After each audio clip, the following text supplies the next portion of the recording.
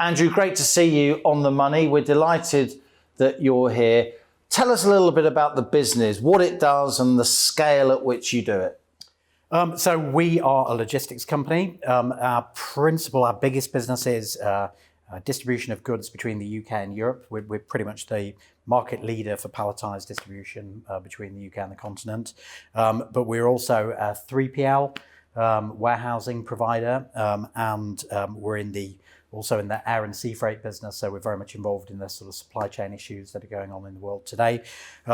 In total, we are about 1,200 people, and our turnover is about 260-something million. Quite a serious operation that you're running there, Andrew. Who'd have thought that we'd all be talking in the pubs and clubs of Britain about supply chains? I know, isn't it exciting? How serious are these supply chain issues? We hear that they're really feeding into inflation now. In the run-up to Christmas, there's genuine concern about certain goods not making it onto the shelves in our shops and supermarkets. Have you seen anything like this in your years in the business? I would say it's probably the most acute supply chain issues that I've seen, and supply chain costs have been rising very rapidly. There's a huge amount of disruption really that's come off the back of COVID. That's made a big impact in terms of containers coming in from the Far East in particular, container prices moving from $2,000 or $3,000 a box to $18,000. These are the huge metal boxes that you put on ships. Yes. So the price of those has gone through the roof really because of capacity issues. Obviously, people are buying product in Asia and bringing it to the UK. If the cost of the container goes from $3,000 to $18,000, it might not be worth. This is to rent the container for one trip. For one trip, yeah. Just the cost of that could actually six times more expensive. Could undermine actually whether it's worth bringing things in anymore. So there's a huge amount happened there. There's a lot going on in the UK economy. Particularly, there's labour shortages because we haven't got that flow of sort of cheaper immigration that we had before pre-Brexit, and that is putting up labour rates, which of course is great for all the labour who are in our warehouses or truck drivers. It's great for them, but of course, those costs are going through and into the economy and will impact prices. So you see a lot of inflation in the supply chain, Andrew. Are we through the worst of it yet? Or do you think inflation, which is currently 3.1%, the Bank of England saying it's going to peak at 5% in April 2022. Does that sound about right to you? What we see is something much higher than that. Wow. I would say my number one economic concern would be what is happening with inflation, and we see something running at a much higher rate than that. Of course, labour rates are going up very, very significantly, and there's a real shortage in capacity in pretty much everything, in warehousing, in trucks, in everything, and therefore prices are shooting up, and we're having to pay much higher prices, and we're passing it on to our customers, and our customers are paying higher prices. It feels very, very inflationary. I don't think I'm exaggerating to say that you've got probably a better overall view of the British supply chain, given who you are and what Europa is, than almost anyone else in this country, if I may say so. And you're thinking that 5% inflation is an underestimate. It feels like a lot more than that, and certainly, in terms of supply chain costs, that they're rocketing up at a much higher rate than that. I would think double digit. And as business costs go up, input costs go up, logistics costs go up, in the end, they have to be expressed in consumer prices, don't they? They have to be, and I don't know whether I have a very good view of what's happening within the world of supply chain. Whether that skews my view of what's happening in the broader world, maybe it does. So, but certainly in the area I'm in, I can see, rapidly rising prices. Andrew, explain this Hgv driver crisis to me. Why is it that there's such a shortage of people driving heavy goods vehicles in this country? Is it entirely a Brexit thing? Because we haven't been training enough HGV drivers, have we, for a long time? I would say that the biggest single impact is that during COVID, people were not learning to be truck drivers and were not getting tested to be truck drivers. And therefore, the normal flow of people who would come into the marketplace, did not get qualified. And that is the biggest single factor which has created that shortage. There is a factor which is around people going home to Eastern Europe or whatever due to Brexit, and a factor of less people coming in. But the biggest single factor is COVID related, less people training and being tested to become truck drivers in the last 18 months. Do you see any sign, Andrew, that driver shortage is easing? The government said that it's pushing DVLA, the Department of Vehicle Licensing Agency, to process license renewals quicker. It says it's pushing more money into the training of drivers. Do you see any sign of those new drivers coming through? I think there are signs of drivers coming through, but the reality is, we're running into our peak in the run up to Christmas. There is, at this time of year, a big increase in demand for trucks and drivers and everything else, therefore the picture today is very tight and probably tighter than it was a month ago. This is not going to get solved this side of Christmas. We've got 6-7 weeks left before Christmas, but it will get solved in sort of January, February next year. So, one way or another, we'll have to ride it out. And I imagine that the actual repercussions of this, of goods being not available in shops and so on, I think will be relatively modest in the end. But the press will make a meal of it. Yeah, it will all be, yeah. Journalists will go nuts. Oh my God, there's no hummus. Yeah, exactly. I mean, it does seem like we're all very sensitive these days to running out of things. But, actually, I don't think it will be such a big deal in the end. Let's just scroll back in your mind to before this pandemic. It seems like a long time ago. Let's say 2016, 17, 18, you're in the business, you're running Europa, you've got this huge logistics company that you're managing. Tell me about the state of the British logistics infrastructure for somebody like you who has such experience of mainland Europe as well. Our freight rail system, our roads, our ports. How good is British infrastructure for logistics? To what extent does it need to be upgraded? Ultimately, people like me will always like a few more roads and more infrastructure. I think that there's no doubt that the UK is quite difficult from an infrastructure point of view. Part of it because England is the most densely occupied country in Europe, and therefore there is inherently a lot of pressure. And if you compare that to France or to Sweden or somewhere, there literally is less pressure on their infrastructure.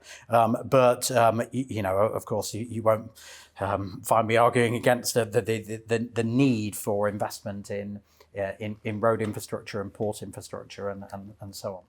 How serious is the situation at Felixstowe? By many definitions, our biggest port, our main Europe-facing port, certainly for freight and shipping, if not for people.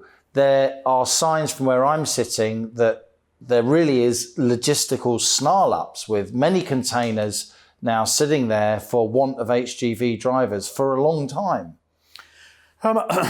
I think COVID restrictions have played a big part in those snarl-ups.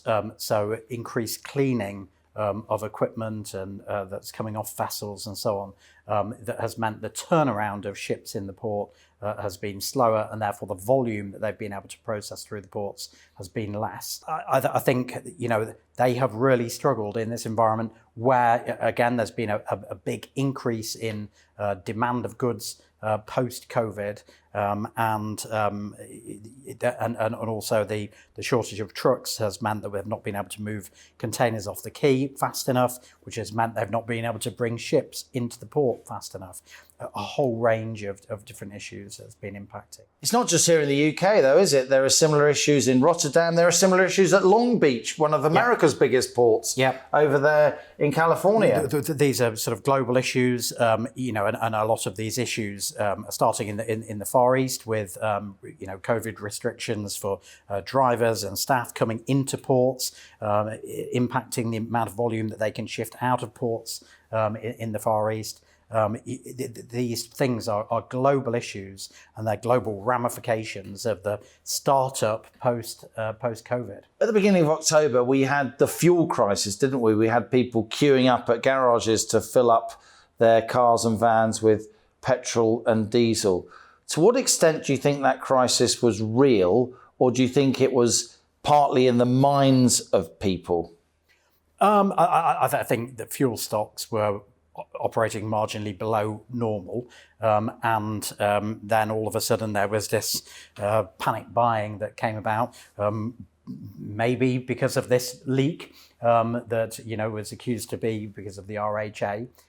This is the Road Haulage Association, who allegedly leaked to the newspapers information they got on a call with government and the oil companies that some deliveries might be delayed because of a shortage of Hgv drivers. Yeah, that's right, and all of that sort of caused this panic buying of fuel, and of course that is really fundamentally what created it. It's the same thing like toilet roll buying or any other panic buying. Of course, in supply chains that are based around a relatively smooth level of demand. Of course, if you spike demand very quickly, then that will create a shortage. That can be the same in anything. But mainly those things are, have been created by panic buying. But this went on for quite a few weeks. Why didn't ministers say something? Actually, it's all fine. Calm down. Or does that make it worse? I think they were saying calm down, but again, people panic about running out of fuel, or that they won't be able to do what they want to do. So that is what people do, isn't it? And I don't think that any amount of the government telling people not to do it stops people from doing it. I think that's the truth. Why did people go nuts about buying toilet roll? And you couldn't stop people doing it. People do that though.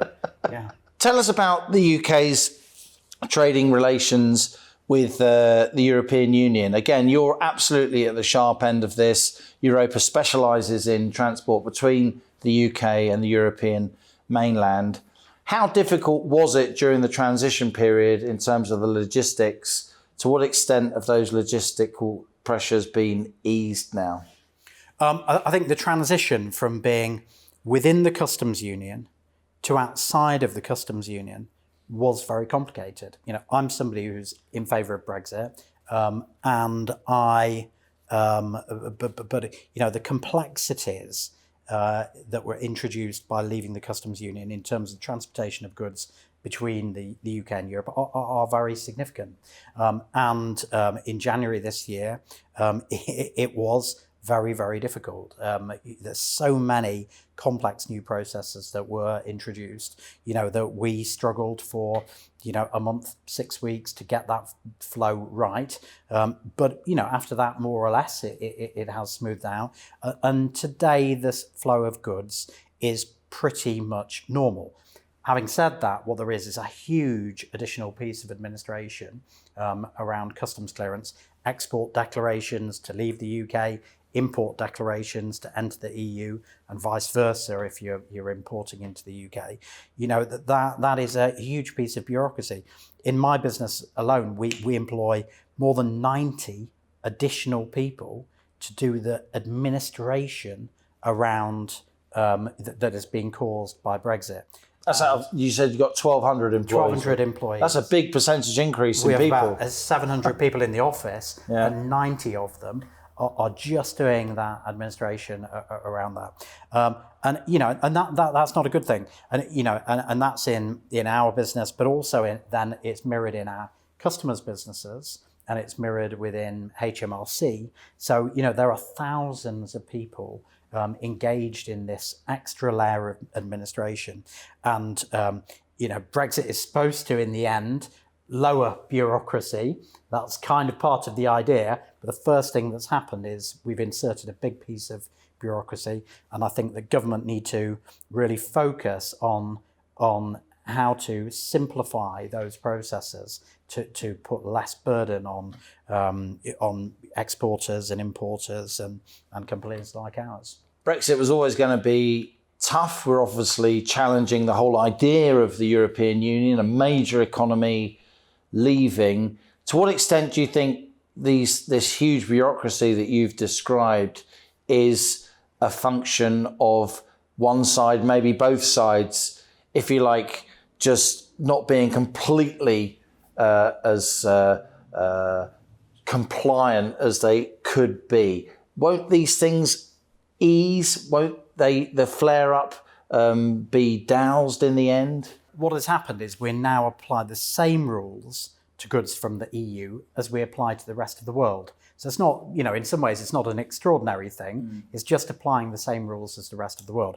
But of course, actually trading with the EU whilst part of the EU, was a much more simple process. Do you think, though, that the EU's applying to the UK the same procedures that they apply to any other non-EU country? Or do you think they're being particularly difficult with us for now to make Brexit look like a bad idea?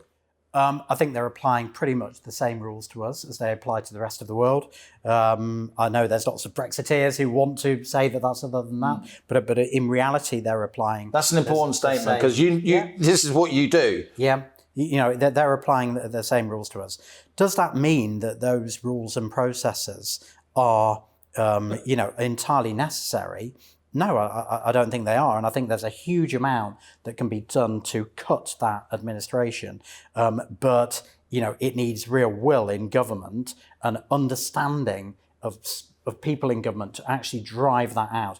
The problem with customs is it's literally so boring and so complicated that not many people really understand it, and not enough senior politicians understand it well enough to actually go and get hold of it and to simplify it. Making these things more complicated is easy. Making them simpler is actually quite a complicated process. When we were in the EU, we were the only major economy in the EU that traded more with the world beyond the EU than with the EU ourselves. Our EU trade has gone from about 60% of our exports to roughly about 40% over the last 20 years or so. So by definition, we're going to be trading a lot more, Andrew, with the rest of the world than with the EU. Does that worry you, given that your business is all about UK-EU trade? Well, part of our business is about the rest of the world. So, of course, we're looking to expand that side of our business. Also, we've focused very intensely on optimizing the flow of goods post-Brexit. I believe we've done a very good job of that, and we've won quite a lot of market share by being really effective at preserving the flow of goods. And therefore, frankly, we see opportunities. We see opportunities in Brexit. We saw opportunities if there was no Brexit. I feel quite comfortable in growing and expanding in the current environment. I have to ask you, what's it like day to day running a company, being the CEO of a company that you own a big chunk of? You've got 1,200 employees, you're turning over tens, hundreds of millions of pounds, enormous amounts of responsibility. What's it like?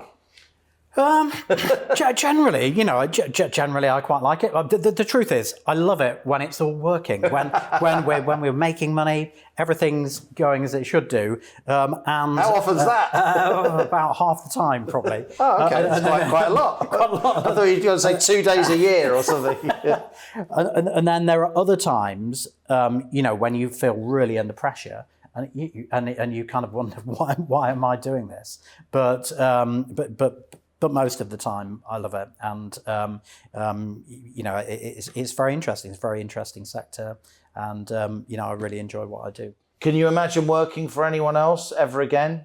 I think I'm fundamentally unemployable. I can't now go back. I don't think that is possible for me, and hopefully I keep everything rolling, so I don't need to. And what would you say to people, finally, Andrew, watching this, who think, oh, I'd like to run a business, maybe I've got that in me? You must know many entrepreneurs operating at a high level.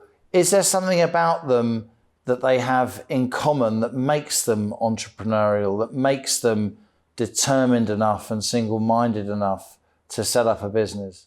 I'm sure there's plenty of things that successful entrepreneurs have in common, but a lot of it is you've got to have the blind faith to get off the fence and go and do it. It's not a very particularly comfortable place. Putting yourself out there and at risk in that way, and putting your fear of failure, money at risk, fear of failure. People, often are looking or waiting for you to fail. I think a lot of it is being ballsy enough to get in there and do it, and know that you're going to have to fight your way out of difficult problems that you don't yet even know exist, let alone what the solution to them is. So I think that's a critical thing. And ultimately, a lot of people will talk about wanting to do it. There's a lot of hard work and stress and pain that is involved in running your own business in that kind of way. So you've got to be deeply dedicated to wanting to do that. But if people do want to do it, it's also a great way of life. So it's what I do. I wouldn't want to do something else, and I wouldn't ever discourage somebody else from trying to do the same thing. Thanks a lot for appearing on The Money, Andrew Baxter. Brilliant. Nice to talk to you.